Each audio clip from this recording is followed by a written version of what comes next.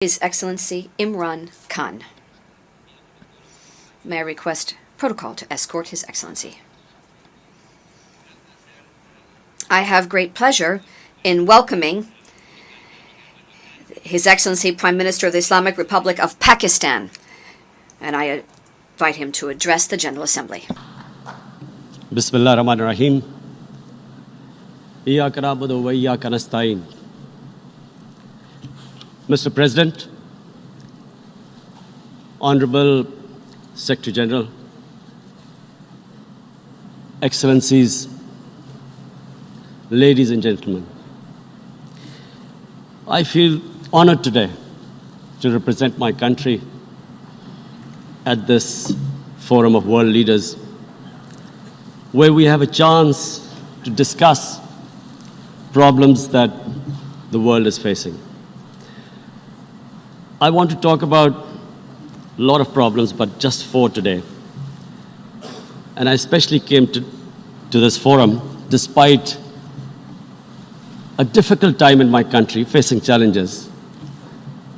I would not have come, but because I feel that there are some very urgent problems which the world must address. So first of all, I start with climate change.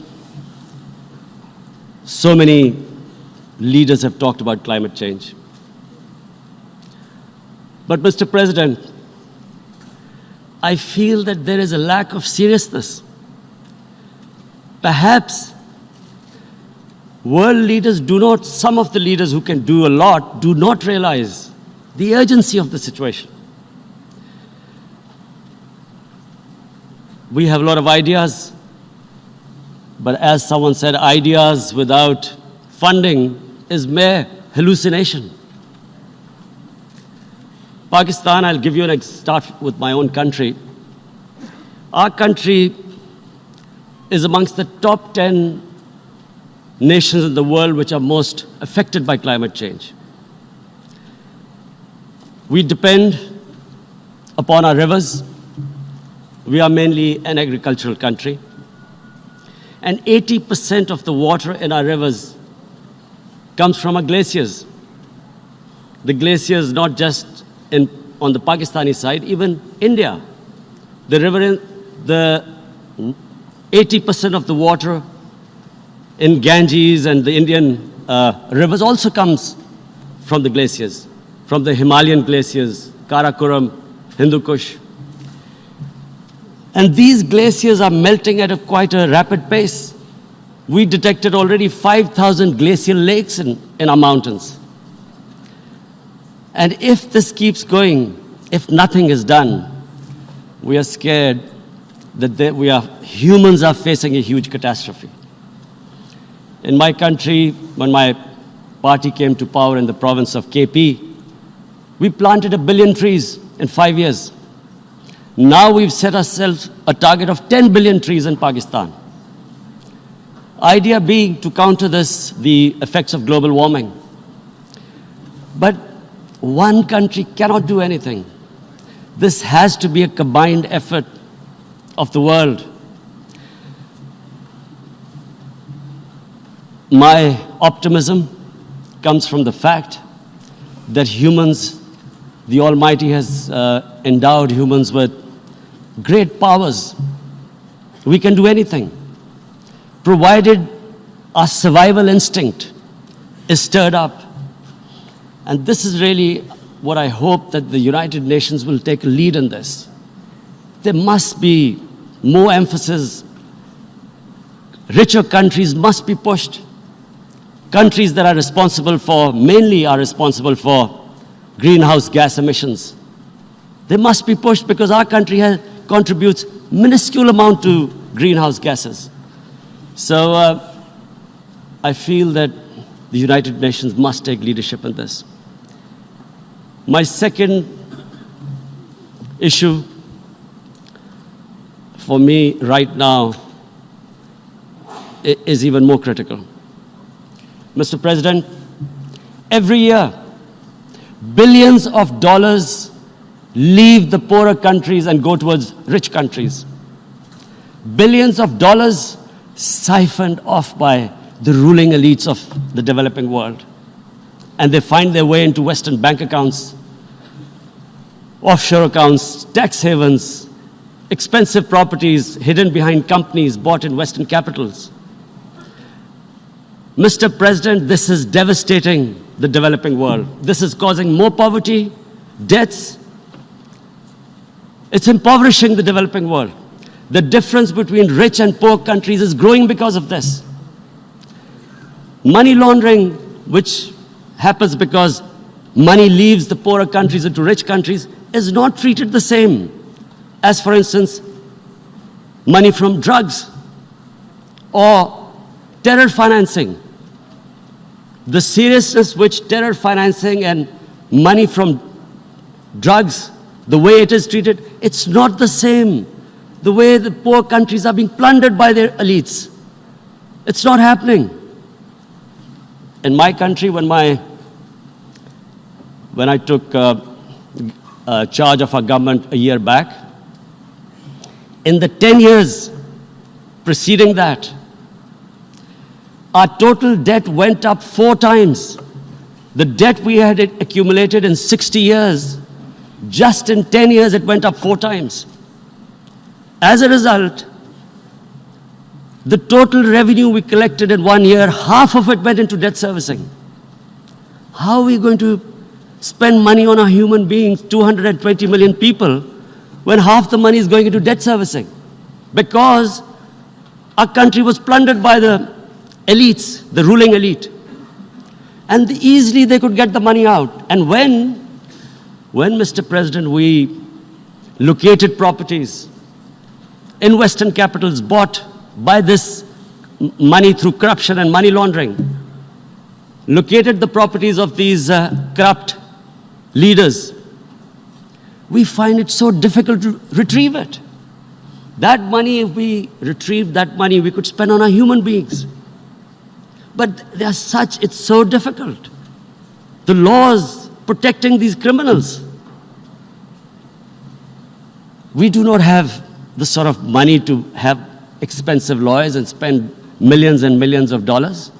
We need help from the rich countries. And Mr. President, it's critical.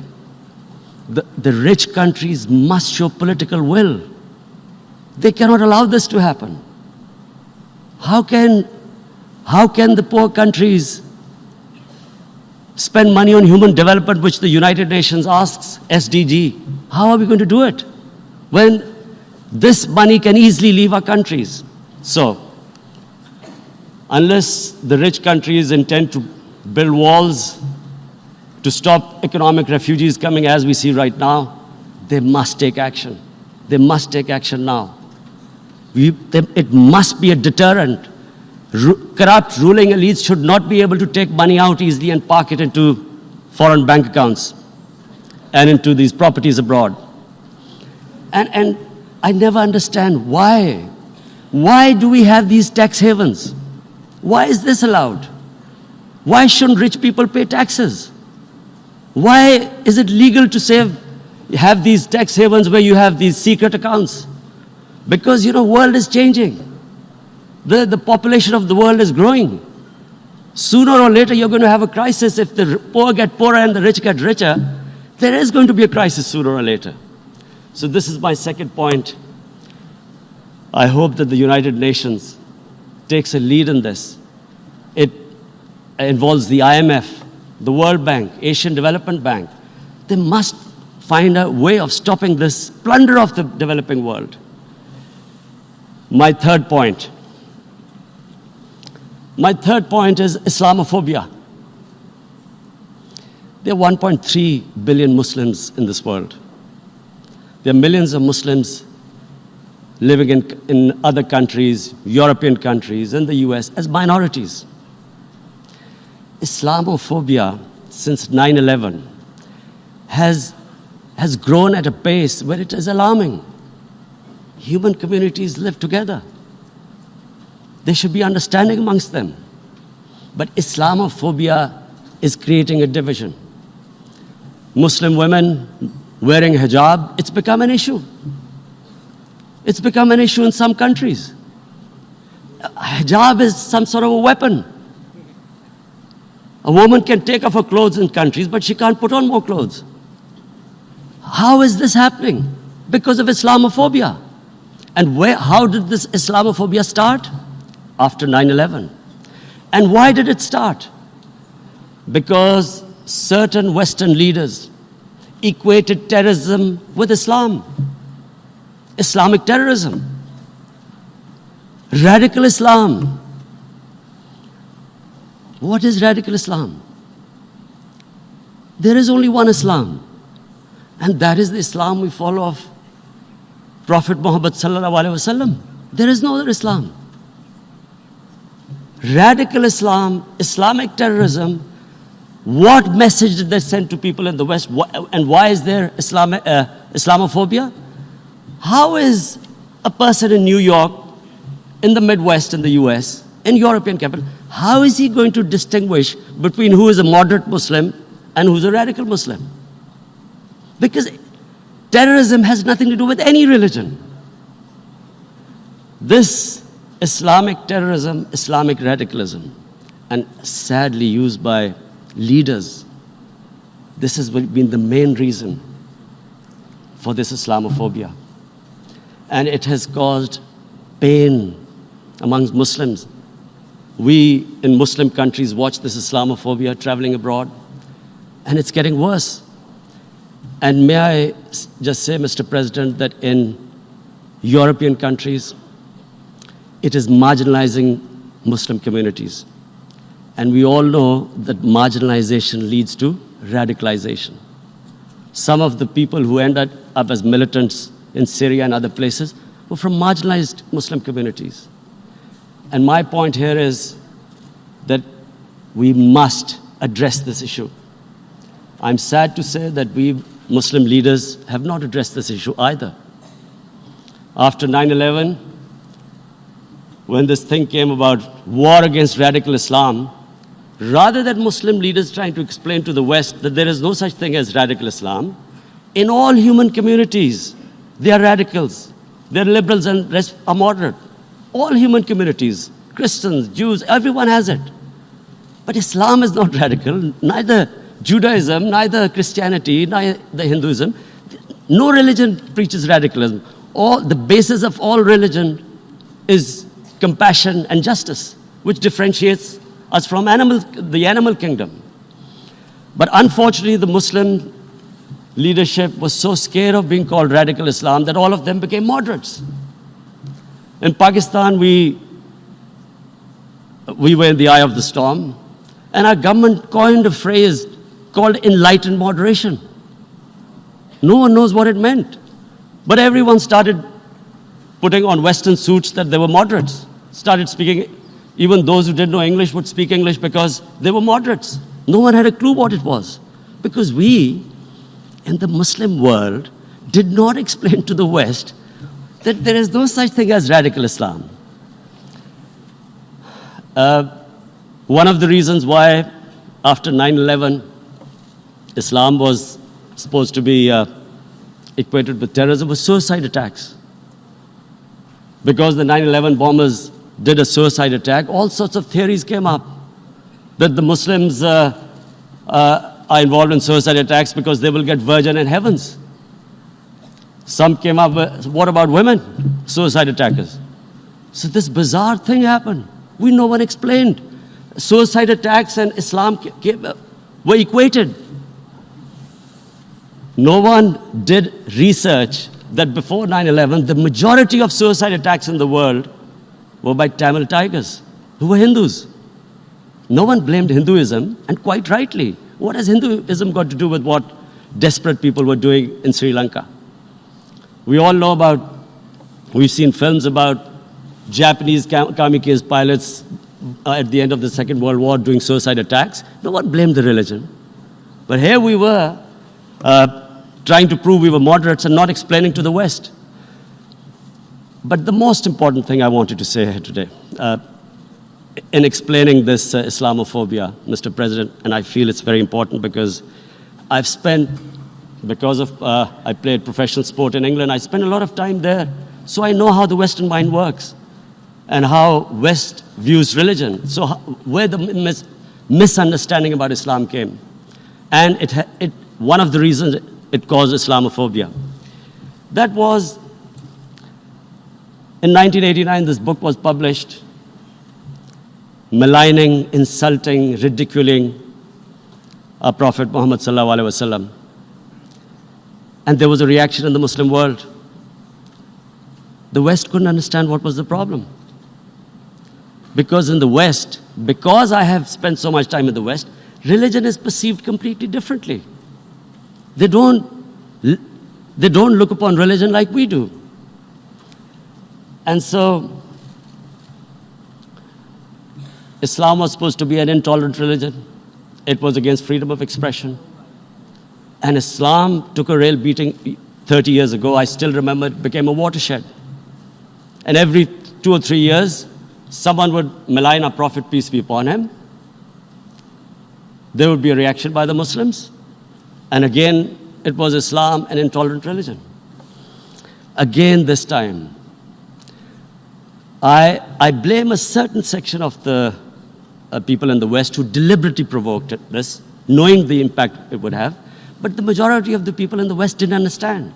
This is where, again, Muslim leadership let the Muslims down. We should have explained to them what our Prophet, peace be upon him, means to us. So in 1 minute, I'll try and explain what he means to us. Our Prophet was the witness to the divine book, the Holy Quran.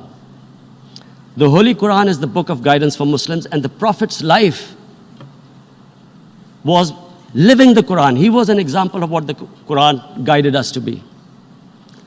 So he is the ideal we all try to get to. The Prophet created the state of Medina, the first state in Islam. That state was the basis of a Muslim civilization which became the predominant civilization for the next 700 years. And what was that state? I hear such strange things about Islam, that it is against women, it's against minorities. The first state of Islam in Medina, it was the first time a welfare state was set up. The state took responsibility of the weak, widows, orphans, poor people, handicapped. It taxed the rich, spent the money on the poor. The state announced that all human beings are children of Adam, hence equal, whatever the color of their skin. The state announced, the Prophet announced that, and slavery, the whole system depended on slavery as it did for many years in the Western societies. The Prophet said that one of the greatest deeds is to free a slave. But because the society depended on slavery, he said, but if you have to, treat them as an equal member of the family. And as a result, something happened in a Muslim world which hasn't happened in any other civilization. Slave dynasties appeared. Slaves became kings. The Mamluks, slaves who ruled Egypt. In India, there were slave dynasties. And then, with minorities, again, you hear that Islam is supposed to be against minorities. Let me just make this clear. In Islam, the Prophet announced that everyone was free to practice his religion. It was a sacred duty to protect the places of worship of all religions. He announced that every person is equal in front of law, whatever his religion or his color. And this incredible case, and I always quote this, that the fourth Khalifa, the head of state of Medina, he lost a court case against a Jewish citizen. So, number one, it showed there was a rule of law, no one was above law. And number two, that a Jewish citizen was an equal citizen. So, Mr. President, when a Muslim society is unjust to its minorities, it is going against the religion of Islam and our Prophet, peace be upon him. So, it is important to understand this. The Prophet lives in our hearts. When he's ridiculed, when he's insulted, it hurts. As we human know, we human beings understand one thing: the pain of the heart is far, far, far more hurtful than physical pain. And that's why the Muslims react. And I always thought that if I ever had the stage, I would try and explain this to the world community, especially to the Western community, because having lived in the Western community, people didn't understand this. When I first went as a teenager to England, there was a comedy film on Jesus Christ. It's unthinkable in Muslim societies. So we need to explain that, look, in a human community, we must be sensitive to what causes pain to other human beings. We have, in the Western society, and quite rightly, the Holocaust is treated with sensitivity because it gives the Jewish community pain. That's all we ask. That do not use freedom of speech to cause us pain by insulting our Holy Prophet. That's all we want. And now, the number 4th point, Mr. President, and this is the most critical point, is the reason why I especially came here. It is about what is happening in Kashmir. Before I go on this, I want to make one thing clear, that when we came to power, my first priority was that Pakistan would be a country which will try its best to bring peace. We had been through this war on terror. We joined the United States war on terror after 2001. And Pakistan went through one of its worst periods where 70,000 Pakistanis died and over 150 billion was lost to our economy. And Mr. President, I opposed the war because in the 80s, Pakistan had joined the Western countries in what was the freedom struggle then in Afghanistan against the Soviets. And it was funded by the Western countries. These Mujahideen groups, which were treated in guerrilla warfare, were trained by Pakistan Army, funded by the Western countries, and especially US, and they waged what was a freedom struggle in Afghanistan. The Soviets called them terrorists. We called them freedom fighters. 1989, the Soviets retreated. The Americans packed up and left. Pakistan was left with these groups. Come 9/11, Pakistan joined the United States in this war on terror. And now our government was supposed to, the reason why I opposed joining this war, because here we had indoctrinated them in jihad, meaning freedom struggle against foreign occupation. Now, because we had joined the US, and the US had occupied Afghanistan, now we were supposed to tell them that, no, this is not freedom struggle and jihad, it's terrorism. So that's why I tried to tell then government that, stay neutral, because you will have leverage over them. You will be able to control them. But if you join them, you become collaborators and they will attack you, which is what happened. They turned against us. We went through a nightmare. 70,000 people killed in a war we had nothing to do with. No Pakistani was involved in 9/11. Taliban were in Afghanistan. Al-Qaeda was in Afghanistan. What had we to do with it? 70,000 Pakistanis died. So when we came to power, we decided that we would dismantle what was left of these groups. And this decision was taken not just by us, but by all the political parties in Pakistan. Unfortunately, they didn't implement it. So we came to power, we decided to implement it, and we dismantled whatever was left of the groups. And I know that India keeps accusing us that there are these groups there. I would like the United Nations to send observers, see for themselves what we've done. No Pakistani government would have dared to do this because it would have created strife.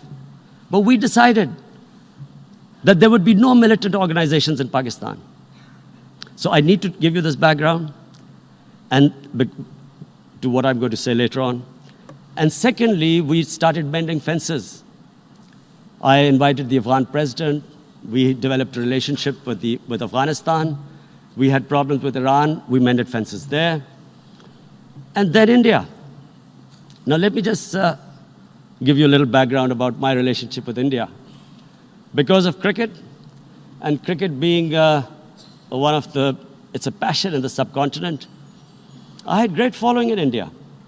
I have friends in India, and I loved going to India. So immediately, when my party came to power, the first thing we did was to immediately reach out to India. And I spoke to President Modi, and I said, look, we have similar problems. Climate change, poverty. Let's get together. Let's resolve our differences through trade. Let's build a relationship on trust. Prime Minister Modi told me that, there were terrorist attacks from Pakistan. I said, we have problems with you. There are terrorist attacks which we know are instigated by India in Balochistan. We caught a spy, Kulbhushan Yadav, who admitted what the sabotage going on in Karachi and Balochistan. So we said, look, let's leave that behind. Let's move forward. Our main priority should be our people. The highest number of poor people live in the Indian subcontinent. Unfortunately, didn't make any headways. Our foreign ministers were supposed to meet on this in the UNGA last year. India cancelled it. We thought that it's their election coming up. It's a nationalist, ultra-nationalist party. It doesn't want to cozy up to Pakistan. So we thought, okay, we'll wait till the elections. Meanwhile, a 20-year-old Kashmiri boy, whose father said was radicalized by the security forces in Kashmir, blew himself up on an Indian convoy. Immediately, India blamed us.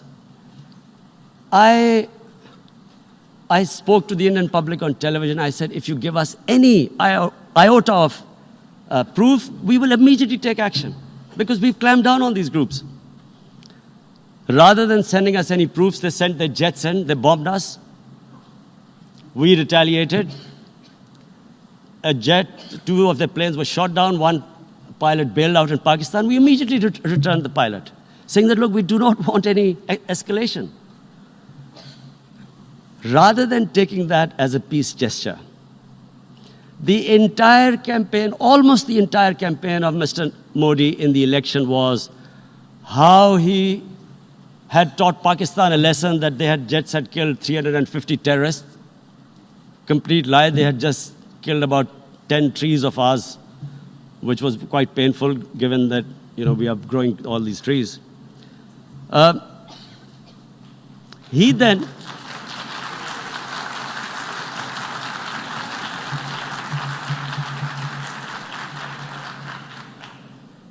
the election campaign, Mr. Modi used words like, this is just a trailer, the movie is about to start. I went into Pakistan and taught them a lesson. This was the election campaign. Okay, so we thought, us politicians make all these statements to win elections. So, okay, after elections, we'll get back to our normal relationship. Well, the moment the elections ended, we approached India. No response, but then we discovered they were trying to push us in the FATF blacklist to bankrupt us. That's when we realized there was an agenda.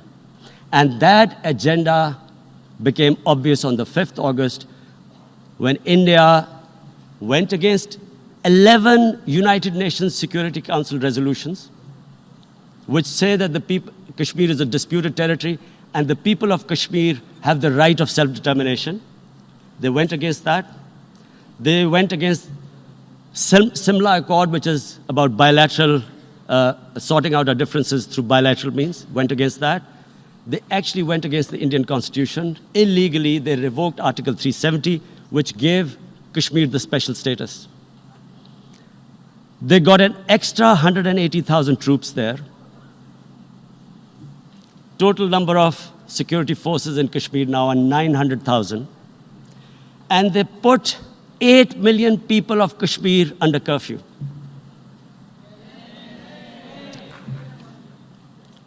Mr. President, now I just briefly want to make the people understand how can anyone do something like this? And for that, I have to explain to you what is RSS. RSS, Mr. Narendra Modi is a life member of RSS. RSS was an organization that was inspired by Adolf Hitler and Mussolini, came about in 1925. They believed in racial purity, racial superiority. They also believed they were an Aryan race like the Nazi believed they were an Aryan race. All that I'm saying can be verified. This is the time of information revolution. You can Google all this, what I'm saying. But it is very important for me to explain this to you so you know what is happening in India. This RSS believed in the ethnic cleansing of Muslims from India. At one point, there was racial superiority of the Hindu race. Secondly, it was hatred for the Muslims and for the Christians because they believed that this golden age of Hindu civilization was stopped because of Muslim rule centuries back and then the British rule of India. So it was racial superiority and hatred for Muslims and Christians. This is openly stated. You look at the founding fathers of RSS, Golwalkar and Savarkar. Just Google them and you'll find out. And this ideology of hate is what murdered the great Mahatma Gandhi in 1948. It was this ideology of hate that made Narendra Modi in 2002 do a pogrom against Muslims in Gujarat when he was the chief minister. He allowed 3 days for these RSS goons who were inspired by the Hitler brown shirts. They actually wear brown shirts. This RSS, the Congress Home Minister gave a statement that in RSS camps, terrorists are being trained. And these terrorists butchered 2,000 Muslims and 150,000 Muslims were made homeless. Narendra Modi could not travel to the US because of that. And I need to make you understand this background before I explain to you that what sort of a mindset would lay siege to 8 million people with 900,000 troops. Women, children, sick people, locked in as animals. In fact, of what I know of England, if 8 million animals were locked in, the RSPCA would have made a lot of noise about it. These are human beings.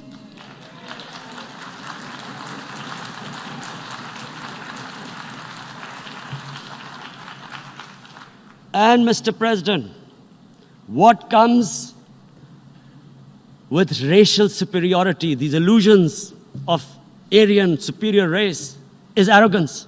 The two go together. And it's arrogance that makes people make mistakes and do stupid things. Cruel things like what Narendra Modi has done.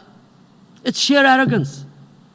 And it's arrogance that has blinded him from the fact that what is going to happen when the curfew is lifted?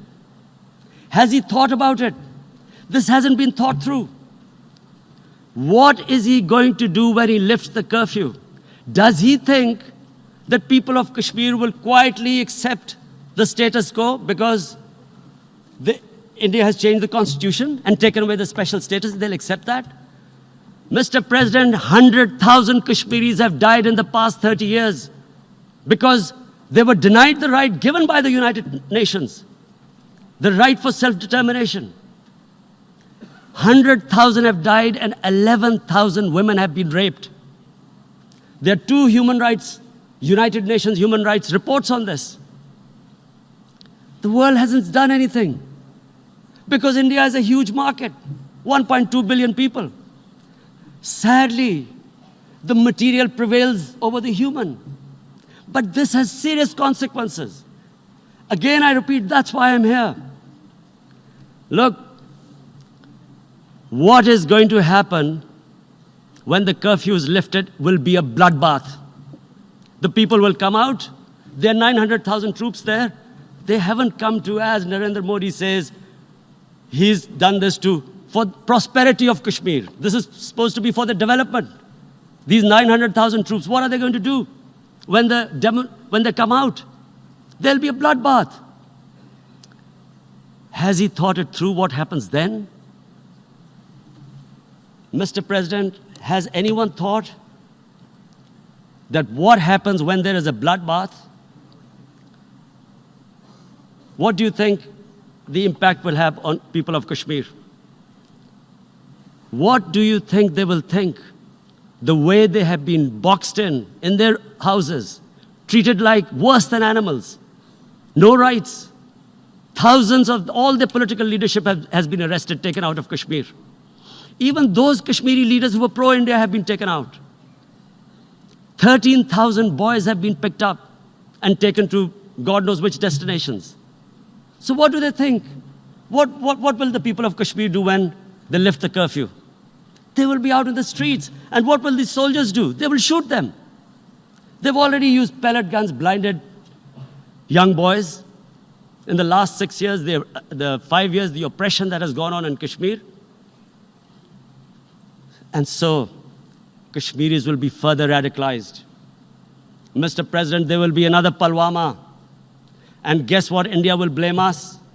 They're already blaming us. They're saying all this is happening because of Pakistan. One of their defense ministers said, there are 500 terrorists lined up on the border to go in.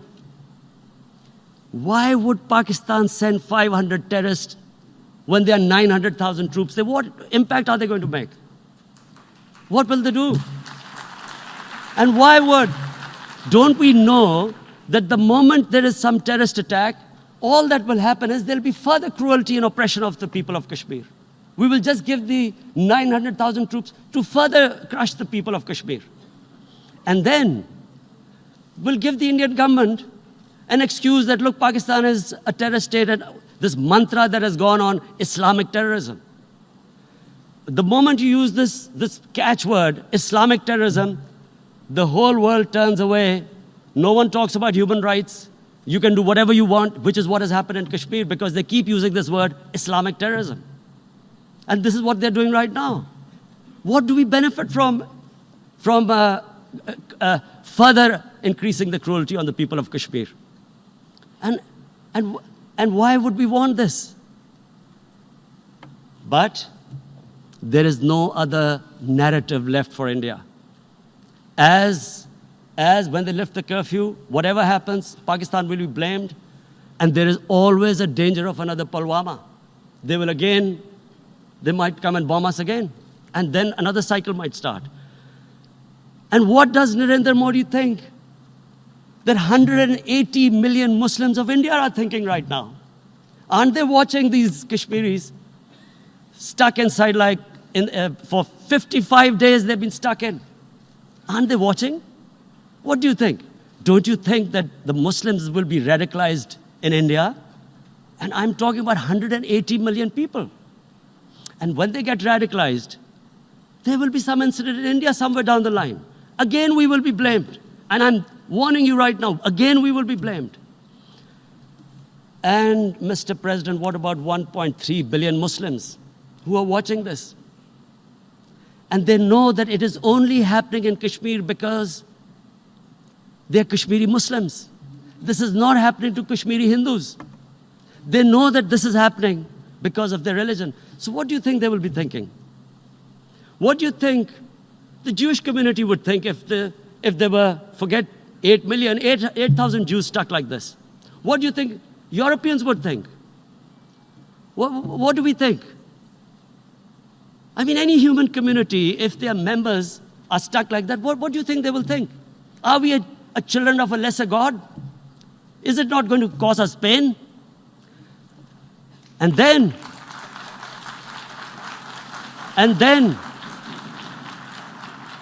I'll tell you what will happen. People will, in the 1.3 billion Muslims, someone will pick up arms. I know we've been brought up with films, Western films. This good, decent guy doesn't get justice. He decides to pick up a gun and start seeking justice. There was a film made in New York, famous film called Death Wish. This guy gets mugged by and his family, his wife gets killed or something. He can't get justice. He picks up a gun and he goes around shooting muggers. And the whole cinema cheers him on. So what do you think the Muslims are thinking right now?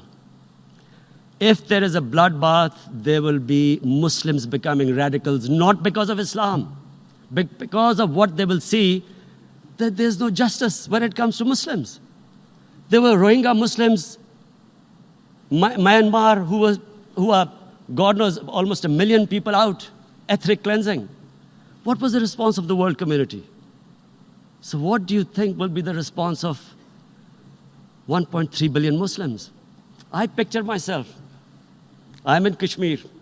I've been locked up for 55 days. I've heard about, and there are rapes, Indian Army going into homes, soldiers. Would I want to live this humiliation?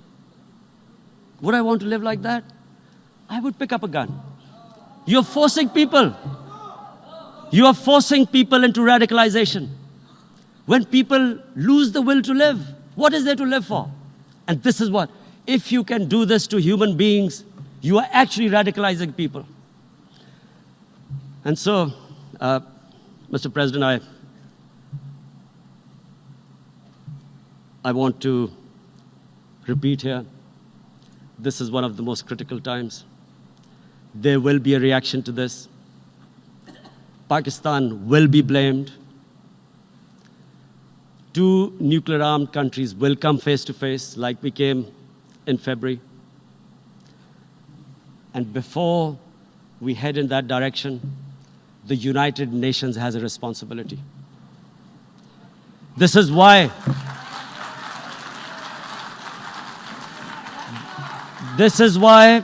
the United Nations came into being in 1945. You were supposed to stop this happening. I feel we are back to 1939, Munich. Czechoslovakia has been taken, annexed. What is the world community going to do?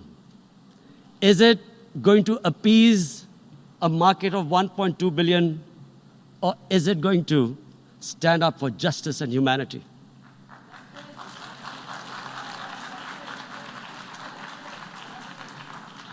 If this goes wrong, you hope for the best, but be prepared for the worst. If a conventional war starts between the 2 countries, Mr. President, if a conventional war starts, and anything could happen, but supposing a country 7 times smaller than its neighbor is faced with the choice, either you surrender or you fight for your freedom till death, what will we do? I ask myself this question. And my belief is, La ilaha illallah, there is no God but one. And we will fight. And when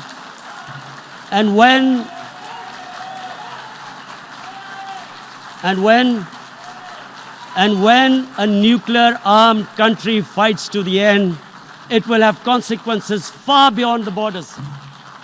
It will have consequences for the world, which is why I repeat I'm here. Because I'm warning you, it's not a threat. It's a fair worry that where are we headed? And I've come here to tell the UN, you've got to, this is a test for the United Nations.